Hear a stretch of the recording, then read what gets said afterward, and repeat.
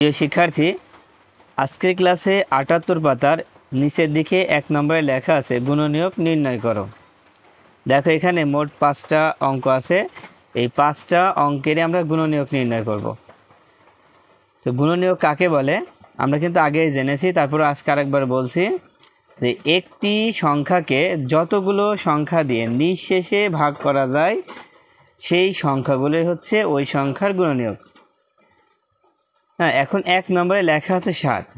তাহলে ৭-এর গুণনীয়ক হতে হলে এই ৭কে যতগুলো সংখ্যা দিয়ে ভাগ করতে পারবো ওই সংখ্যাগুলো হচ্ছে এই ৭-এর গুণনীয়ক। তাহলে চলো আমরা খাতায় অঙ্কগুলো করে দেখি। দেখো ১ নম্বরে লেখা আছে ৭, তাই প্রথমে আমরা ৭-এর গুণনীয়ক বের করব। প্রথমে লিখে নেব যে ৭-এর গুণনীয়ক।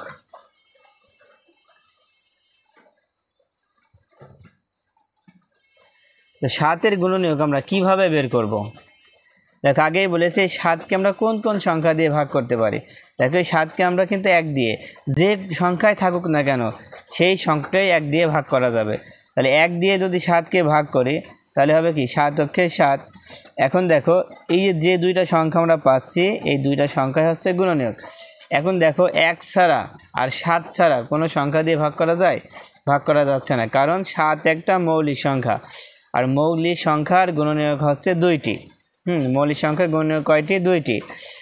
কোন কোন সংখ্যা? ১ এবং এই সংখ্যায় হচ্ছে গুণনীয়ক হয়, তাই এখানে লিখব ১ ও ৭। তার মানে যে কোনো মৌলিক সংখ্যার গুণনীয়ক হবে ১ এবং ওই সংখ্যাটা। তারপর ২ নম্বরে আছে দেখো ৯, লিখব ৯-এর গুণনীয়ক।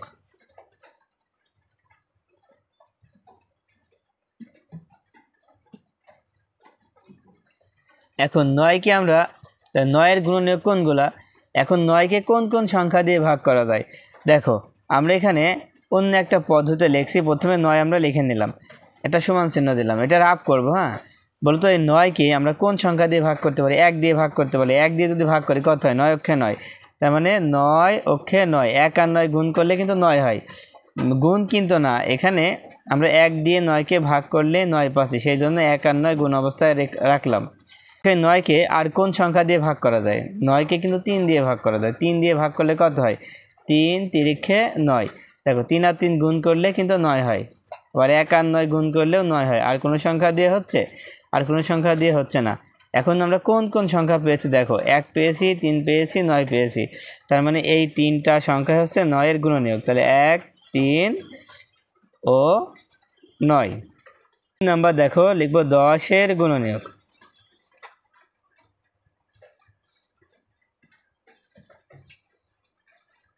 দশের গুণনীয়ক কোনগুলা? আচ্ছা আমরা এখানে ১০ লিখলাম, ১০ দিয়ে সমান চিহ্ন দিলাম। এখন যে কোনো সংখ্যাকে ১ দিয়ে ভাগ করা যায়। হ্যাঁ, তাহলে ১০কে যদি ১ দিয়ে ভাগ করি তাহলে লিখতে পারি কি ১০ অক্ষে ১০। ২ দিয়ে আমরা ১০কে ভাগ করলে কত পাই? ৫ দুখানি ১০, ২ গুণ ৫। হ্যাঁ, ২-এর সাথে ৫ গুণ করলে ১০ হয়। এক কথায় ২ দিয়ে যদি ১০কে ভাগ করি তাহলে ৫ পাই, সেই ২টা আমরা এখানে লিখছি ২ গুণ ৫ দিয়ে, এখানে গুণ অবস্থায় লিখছি। আর কোনো সংখ্যা দিয়ে ভাগ করা যায়?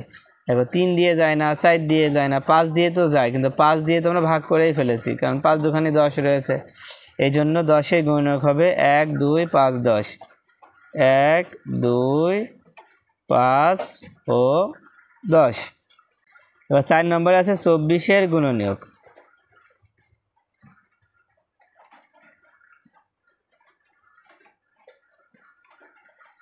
আচ্ছা ২৪-এর গুণনীয়ক কোনগুলা হতে পারে? এখন দেখ এখানে আমরা ২৪ লিখে নিলাম। ২৪কে ১ দিয়ে ভাগ করা যায়। ১ দিয়ে ২৪কে ভাগ করলে ২৪ অক্ষে ২৪ আমরা ভাগ করব, কিন্তু এখানে ২টাকে গুণ অবস্থায় লিখব। এবার ২৪ যেহেতু জোড় সংখ্যা থাকলে ২ দিয়ে ভাগ করা যায়। ২৪কে ২ দিয়ে ভাগ করলে ১২ দুখানি ২৪, তাহলে ১২ আর ২ আসছে, আমরা এখানে লিখলাম ২ গুণ ১২, আমরা সাজায় লিখব, তাহলে এখানে উত্তরটা লেখা সহজ হবে। ২৪কে ৩ দিয়ে ভাগ করা যায় না? হ্যাঁ, ৩ দিয়ে ভাগ করা যায়। ৩ ৮টা ২৪, ৩ গুণ ৮ লিখব, ৩ ৮টা ২৪। তারপর দেখো ৪ দিয়ে ভাগ করা যায়। ৪ দিয়ে ২৪কে ভাগ করলে ৪ ছক ২৪, মানে ৪ গুণ ৬। আর কোনো সংখ্যা দিয়ে ভাগ করা যায়? দেখো আর কোনো সংখ্যা দিয়ে ভাগ করা যায় না। ৫ দিয়ে তো ২৪কে ভাগ করা যায় না, তাহলে ৬ দিয়ে ভাগ করা যায়। ৪ ছক ২৪, আমরা তো ৪ আর ৬ লিখেই ফেলেছি, তাই আর করা লাগবে না। এখন কি কি সংখ্যা পেয়েছে দেখো, 1 2 3 4 6 8 12 24, এগুলো লিখে দেবো। প্রথমে 1 1 2 3 4 6 8 12 24, দেখছো 24-এর গুণনীয়ক হচ্ছে 1 2 3 4 6 8 12 24। আচ্ছা, এবার 5 নম্বরে আছে 36-এর গুণনীয়ক। 36-এর গুণনীয়কটা কিভাবে বের করব? দেখো অনেক বড় সংখ্যা, তাই না? 36-কেও আমরা ঠিক একইভাবে কাজ করি। দেখো 36-কে আমরা ভাগ করতে পারি কত দিয়ে? 1 দিয়ে। তাহলে 1 দিয়ে যদি ভাগ করি তাহলে 36 অক্ষে 36, আমরা 1 দিয়ে 36-কে ভাগ করলে 1 গুণ 36 পাই। এবার 36 যেহেতু জোড় সংখ্যা 2 দিয়ে যাবে, তাহলে 18 দুখানে 36, তোমরা 2 দিয়ে 36-কে ভাগ করে দেখতে পারো, এভাবে দেখতে পারো। 36-কে আমি 2 দিয়ে ভাগ করব, তাহলে প্রথমে 2 দিয়ে 3-কে ভাগ করো, 2 অক্ষে 2 বিয়োগ করলে 1, এই 6 নেমে গেল, 8 দুখানে 16।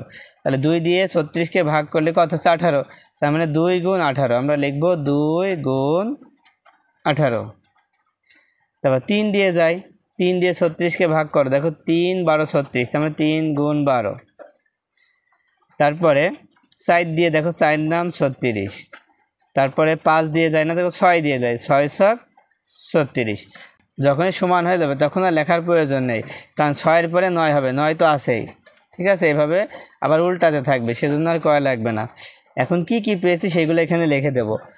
দেখো প্রথমটা পেয়েছি কত? 1 1 2 3 4 6 6 দুইটা আছে, একটা নিব, 9 12 18 ও 36।